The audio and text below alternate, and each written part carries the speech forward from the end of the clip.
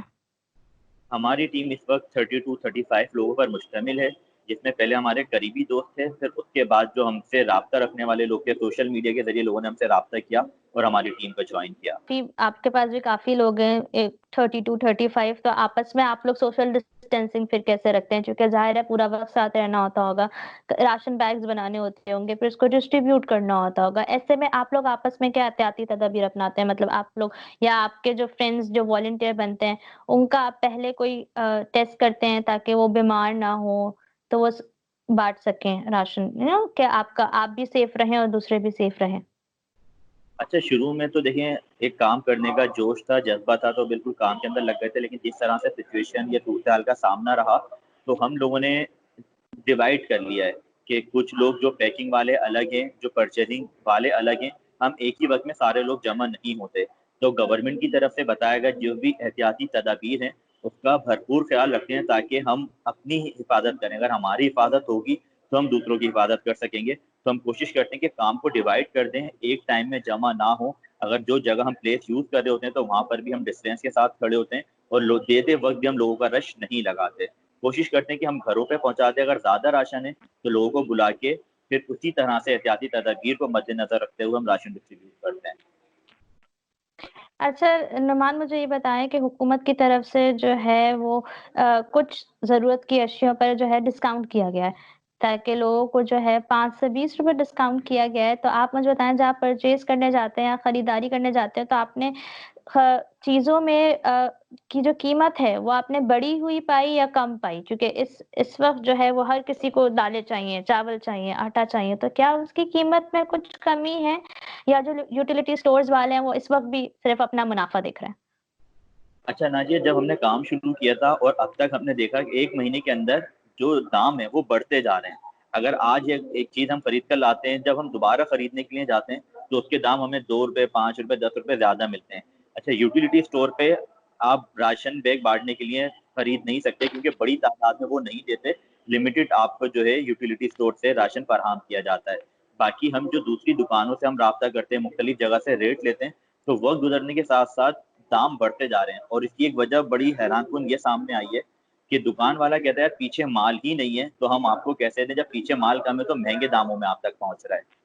یہ ہمیں ایک چیلنج کا سامنا کرنا پڑتا ہے۔ صحیح۔ تو اچھا مجھے بتائیں کہ آپ لوگ اس وقت کتنے لوگوں کے پاس، آپ لوگوں نے کتنے راشن بیگز بانٹ دیے ہیں، یا کتنے لوگ ایسے ہیں، اور آپ ان سے کانٹیکٹ کیسے کرتے ہیں؟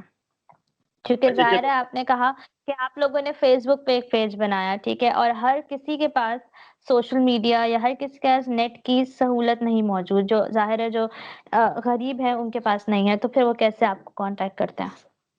اچھا، جب ہم نے شروع میں راشن ڈسٹریبیوشن اسٹارٹ کیا تھا تو اس وقت ہم نے یہ نہیں دیکھا کون ضرورت مند ہے، کیونکہ ایک جوش تھا اور ہم نے ڈسٹریبیوشن شروع کر دی، اور کئی مرتبہ تو ایسا بھی ہوا، کچھ ہماری تصاویر بھی ایسی ہیں کہ لوگوں نے چاروں طرف سے ہمیں گھیر لیا اور راشن وہ بٹا کم لٹا زیادہ، یہ صورتحال بھی ہمیں دیکھنے کو ملی، لیکن اس کے بعد ہم نے یہ کیا، اب ہم اوپنلی ڈسٹریبیوٹ نہیں کرتے، ہم اس کے اندر یہ کرتے ہیں کہ جیسے آپ کے ریفرنس سے کوئی جاننے والا ہے، تاکہ ہمیں پتہ ہے کہ آپ نے کوئی بندہ ہمارے پاس بھیجا تو وہ واقعی ضرورت مند ہے، کیونکہ اس وقت جو ضرورت مند ہیں وہ تو بیچارے گھروں میں جو لوٹنے والے ہیں، جیسے جوہر میں نے دیکھا، یا سکورہ کی طرف مزدور طبقہ صبح آ کے بیٹھ جاتا ہے، راشن جمع کرتا ہے، ایک بائک کے اوپر بیٹھ کے واپس اپنے گھر پہ رکھ کر آتے ہیں، دوبارہ آ کے روڈوں پہ یہ لوگ بیٹھ جاتے ہیں، تو اب کوئی کسی کے ریفرنس سے آتا ہے تو ہم اس سے اس کی تصدیق کرتے ہیں اور پھر اس کے گھر پہ پہنچا دیتے ہیں یا اس کو بلا کے ہم دے دیتے ہیں۔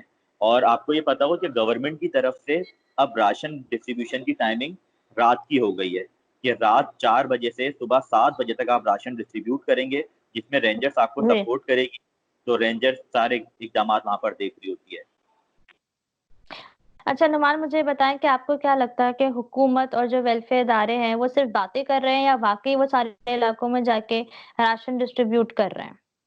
کیونکہ جہاں-جہاں آپ جاتے ہیں وہاں کی صورتحال آپ بتا سکتے ہیں بہتر کہ وہاں پہ کیا حکومت کی طرف سے واقعی راشن دیا جا رہا ہے؟ کیا ویلفیئر ادارے جو اتنی ہی باتیں کر رہے ہیں وہ صحیح ہیں؟ اچھا، ایک بڑی حیران کن سچویشن ہے کہ آپ جس فلاحی ادارے کے پاس جائیں گے وہ کہتا ہے ہم نے لاکھوں بیگز ڈسٹریبیوٹ کر دیے ہیں۔ اچھا، حکومت بھی بڑی دعوے دار ہے کہ ہم نے اتنے بیگ ڈسٹریبیوٹ کر دیے ہیں، لیکن دن بدن لینے والوں کی تعداد میں اضافہ ہو رہا ہے، لیکن پھر بھی لوگوں تک راشن نہیں پہنچ رہا ہے۔ اچھا، اس کے اندر دیکھیں عوام بھی ذمہ دار ہے۔ فلاحی ادارے کام کر رہے ہیں، بلکہ حکومت سے زیادہ جو میرا اپنا ایکسپیرینس رہا، میں نے دیکھا کہ فلاحی ادارے بھرپور طریقے سے کام کر رہے ہیں، لوگوں کو سپورٹ کر رہے ہیں، اور لیکن حکومت کا اس طرح سے کردار نظر نہیں آیا۔ حکومت کیا کرتی ہے؟ مختلف فلاحی اداروں سے ہی راشن لے کے بانٹتی ہے، اپنے پارٹی کے ٹیگ لگا دیتی ہے، یا اس علاقے کا M N A M P کھڑے ہو کے فلاحی ادارے کے ساتھ بانٹتا ہے اور اپنی پارٹی کا نام لگا کے کہتا ہے کہ بھائی خدمت میں سب سے آگے، جبکہ وہ اپنے طور پہ کچھ نہیں کر رہا، وہ فلاحی اداروں سے لے کے بانٹ کے اور اپنی پارٹی کا نام کرتا ہے اور کہتا ہے خدمت میں سب سے آگے۔ فلاحی ادارے اس وقت بہت اچھا کام کر رہے ہیں، لیکن حکومت نے بڑا کنفیوز کیا ہوا ہے عوام کو۔ آپ وفاق کی رپورٹنگ دیکھیں گے تو کچھ اور ہے، آپ جو ہے سندھ حکومت کی رپورٹنگ دیکھیں گے تو کچھ اور ہے۔ آپ ایک چینل پہ دیکھتے ہیں تو لاک ڈاؤن کی کچھ اور صورتحال بتائی جا رہی ہوتی ہے، دوسرے چینل پہ حکومت کی طرف سے دیکھتے ہیں تو کچھ اور صورتحال بتائی جا رہی ہے۔ تو عوام بہت کنفیوز ہے، اس کی سمجھ میں نہیں آ رہا کہ ایک صاحب مطلب کوئی گورنمنٹ آفیشل آ کے کہتے ہیں بھائی سچویشن انڈر کنٹرول ہے، لیکن اگلے ہی لمحے دوسری پریس کانفرنس ہوتی ہے اور اس کے اندر آپ کو بتایا جاتا ہے کہ بھائی سچویشن تو بہت خراب ہے، اگر آپ گھر سے نکلے تو خدا نہ خواستہ بڑے مسئلے مسائل ہو جائیں گے۔ تو عوام کی سمجھ نہیں آ رہا ہو کیا رہا ہے، چل کیا رہا ہے، ہم جا کہاں رہے ہیں۔ اچھا نعمان مجھے بتائیں کہ آپ کے سروے میں، آپ کی راشن ڈرائیو میں کون سا علاقہ ہے ایسا جس کو آپ نے سب سے زیادہ متاثر پایا؟ یعنی جہاں واقعی جو ہے وہ مستحق لوگ موجود ہیں اور وہاں کھانا نہیں پہنچ رہا یا وہاں پہ کم پہنچا جا رہا ہے؟ اچھا، ہم نے اسپیسیفک ایریاز نہیں رکھے تھے، ہم نے ویسے میجر جو ہم نے کام کیا وہ ہم نے کورنگی کے اندر کیا ہے، کیونکہ کورنگی ایک بڑا ایریا بھی ہے اور کورنگی کے اندر کافی آبادیاں بھی ہیں۔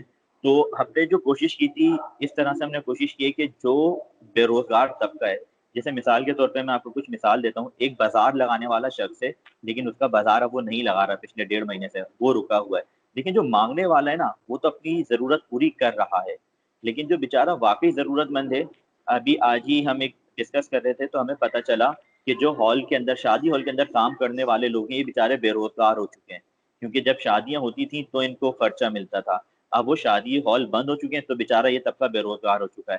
اب مانگنے والا تو اس سچویشن میں بھی اگر آپ باہر نکل کے دیکھیں گی تو وہ ابھی بھی ہاتھ پھیلا کے لوگوں کے آگے مانگ رہا ہے، وہ راشن بھی مانگ رہا ہے، وہ پیسے بھی مانگ رہا ہے، اور ایون میں نے یہ بھی دیکھا ہے کہ ایک ہی شخص 2 راشن بیگ لوٹ کے لے جاتا ہے، لیکن جو ضرورت مند ہے وہ نہیں ہے۔ تو ہم نے کورنگی کو فوکس کیا تھا تاکہ اپنے لوگوں کو ہم جو ہے راشن پہنچا سکیں، تو کورنگی کے اندر ہماری سرگرمیاں چل رہی ہیں۔ اچھا اس کے علاوہ آپ کون سے علاقے میں جانے کی آپ لوگ کی اس وقت ارادہ ہے؟ چونکہ اس وقت آپ لوگ کورنگی کو دیکھ رہے ہیں جو کہ کافی بڑا علاقہ ہے، چونکہ وہیں سے کافی ایسا طبقہ نکلتا ہے جو سفید پوش بھی ہے، جو کہ اپنی ساری سرگرمیوں میں سارا کام اپنا کر رہے تھے، لیکن آپ نے جیسے بتایا کہ ہال کے جو ملازمین تھے ان کا کام چھٹا، جو مزار لگاتے تھے ان کا وہ کام چھٹا، اس طرح کی کافی بڑی تعداد کورنگی میں موجود ہے۔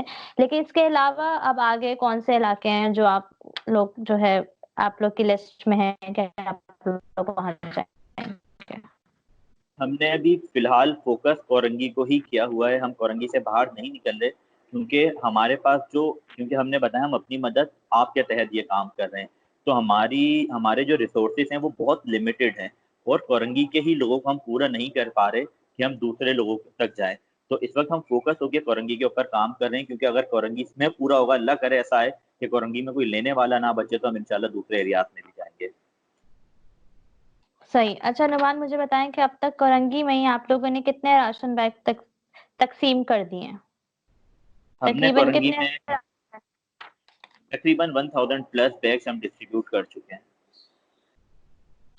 صحیح، اچھا نعمان مجھے بتائیں کہ ایک طبقہ آپ نے کہا سفید پوش ہے جو نہیں مانگتا، جو ہاتھ نہیں پھیلاتا، ایک طبقہ ایسا ہے جو ابھی بھی کافی مشکلات کا سامنا کر رہا ہے۔ ہماری سوسائٹی میں ایک طبقہ ٹرانسجینڈرز کا بھی ہے، جو خود بھی جو ہے وہ روز کی دہاڑی پہ ہوتے تھے، ان کی کوئی مدد کی گئی ہے؟ کیونکہ ظاہر ہے کورنگی کا علاقہ ایسا ہے جہاں ایسی کمیونٹیز بھی موجود ہیں، تو وہاں پہ ان کی مدد کی گئی ہے؟ کوئی ان سے کوئی رابطہ کیا گیا ہے؟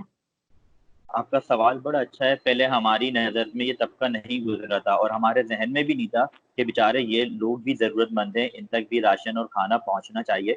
تو فیس بک پہ میں نے ایک ویڈیو دیکھی تو جس کے اندر یہ لوگ بتا رہے تھے کہ دیکھیں ہمارا بھی کام رکا ہوا ہے لیکن ہم تک نہ امداد پہنچ رہی ہے نہ لوگ ہمیں کنسیڈر کر رہے ہیں. تو وہ ویڈیو دیکھنے کے بعد ہمیں یہ آئیڈیا کلک کیا. تو پھر ہمارے ایک ساتھی تھے, انہوں نے ان کے اوپر کام کرنا شروع کیا, ان تک پکا ہوا کھانا بھی ان لوگوں تک پہنچایا اور راشن بھی ان لوگوں تک پہنچانے کی کوشش. اچھا نعمان مجھے بتائیں کہ ظاہر ہے کوئی آفیشیل ادارہ نہیں ہے, کوئی این جی او نہیں ہے, تو جب آپ لوگ راشن تقسیم کرنے نکلتے ہیں تو سیکیورٹی ایشوز کیا ہوتے ہیں؟ کیونکہ ظاہر ہے آپ نے کہا کہ رات میں بانٹا جاتا ہے, تو سیکیورٹی ایشوز بھی تو ہوتے ہوں گے, تو اس کو کیسے کیٹر کیا جاتا ہے؟ پولیس کا بیہیویئر کیسا رہتا ہے؟ اچھا, جب ہم دن کے اندر راشن ڈسٹریبیوٹ کر رہے تھے تو اس وقت بڑی مشکلات کا ہمیں سامنا ہوا, کیونکہ جب ہم جہاں راشن ڈسٹریبیوٹ ہوتا تھا ایسا لگتا تھا کہ علاقے میں جیسے جنگل میں آگ پھیلتی ہے اس طرح سے خبر پھیلتی تھی, اور اتنی عوام ہوتی تھی کہ ہم سے جو ہے کنٹرول کرنا بہت مشکل ہو جاتا تھا, کہ ہماری پوری ٹیم لگی ہوئی ہوتی تھی. اور جیسا آپ کو پتا ہے سوشل ڈسٹینس کا جو خیال رکھنا ہوتا تھا, تو عوام یہ نہیں سمجھتی, وہ کہتی تھی بس کسی بھی طریقے سے راشن ہمیں دے دیں. تو ہر طرف سے ہمیں گھیر لیا جاتا تھا, تو بڑی مشکلات تھی. اس میں کوئی ہمیں سپورٹ نہیں کرتا تھا, گورنمنٹ آفیشیل کوئی سپورٹ نہیں ہوئی ہمیں, یا پولیس نے بھی ہمیں کوئی سپورٹ نہیں کیا, بلکہ پولیس آگے کہتی تھی بھائی ختم کرو یہاں سے جاؤ. یہ ہمیں مسئلے مسائل کا سامنا تھا. لیکن جب سے رات میں ڈسٹریبیوٹ کیا ہے تو بڑا سکون میں ہم لوگ آ گئے کہ ہم اپنے علاقے کے اندر ہی ہوتے ہیں پہلی بات, اور دوسرا رینجرز ہمارے ساتھ ہوتی ہے, اور تیسرا یہ ہے کہ رات کے اندر رش نہیں لگتا. جن کو آپ کال کر کے بلاتے ہیں صرف وہی لوگ آپ تک پہنچتے ہیں, باقی دوسرے لوگ نہیں آتے. اور اس سے ایک فائدہ یہ بھی ہوا کہ جو لوٹنے والے ہیں ان کو پتہ ہے گھر میں راشن تو ہے, وہ سوتے رہتے ہیں, صرف ضرورت مند ہی ہم تک پہنچتے ہیں. صحیح. اچھا نعمان مجھے بتائیں کہ عوام, آپ نے کہا پولیس کا بیہیویئر آپ نے بتایا کہ دن کے اوقات میں جب بانٹا گیا تب آپ کے ساتھ جو ہے انہوں نے کوآپریٹ نہیں کیا. رات کے اوقات میں بانٹنے میں ظاہر ضرورت نہیں پیش آئی کیونکہ تب لوگ بہت زیادہ تھے. تو عوام کا کیا بیہیویئر دیکھنے میں آ رہا ہے؟ کیونکہ اب ایک ایسا وقت آ گیا ہے جہاں حکومت جو ہے وہ ہمارے لیے اقدامات کر رہی ہے لیکن عوام کو روکنا کافی مشکل ہو گیا ہے. لاک ڈاؤن میں عوام کو گھروں میں رکھنا کافی مشکل ہو گیا. کچھ لوگ جو ایسے ہیں جو گھروں میں نہیں رک رہے, کچھ ایسے ہیں جو باہر نکلتے ہیں جن کو راشن دیا جا رہا ہے پھر بھی وہ لوٹ رہے ہیں. تو آپ اس میں عوام کا کیا رد عمل دیکھنے میں آ رہا ہے اس پوری سچویشن میں, اس کرونا وائرس میں جو ایسی وبا ہے جو ابھی نہیں پتا کہ کتنے عرصے تک چلے گی, نہیں پتا کہ لاک ڈاؤن کب تک چلے گا, کوئی اس وقت ہمارے آگے کوئی فیوچر اس وقت ہمارا اس وقت کوئی سیٹ نہیں ہے. سارے ہماری اکنامی بھی اس وقت ڈوب رہی ہے, صرف ہماری نہیں پورے ملک کی. یہ عوام کا کردار یہ, عوام نے شروع سے لے کے اب تک اس چیز کو سنجیدہ نہیں لیا, کیونکہ عوام کے لیے ہر چیز انٹرٹینمنٹ بن چکی ہے.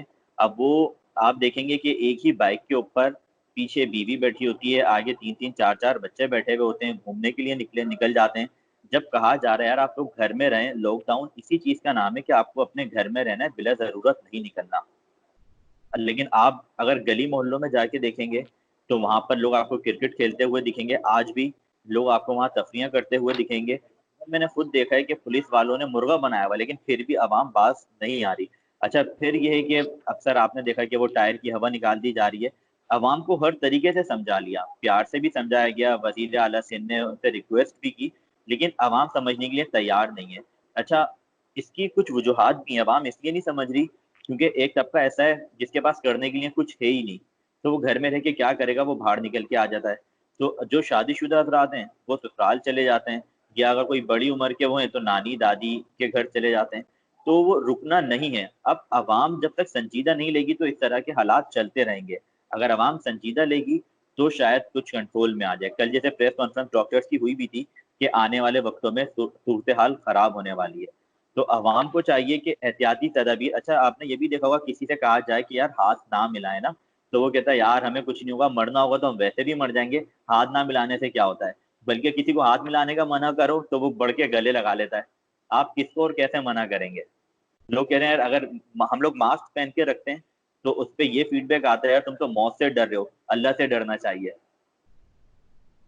صحیح. یہاں پہ یعنی لوگوں کے بہت الگ الگ جو ہے وہ اپنے, آپ کہہ لیں کہ کہتے ہیں کہ اپنے اپنے جو ہے وہ منطق ہے, جس کو ماننا نہ ماننا وہ ان پر ہے.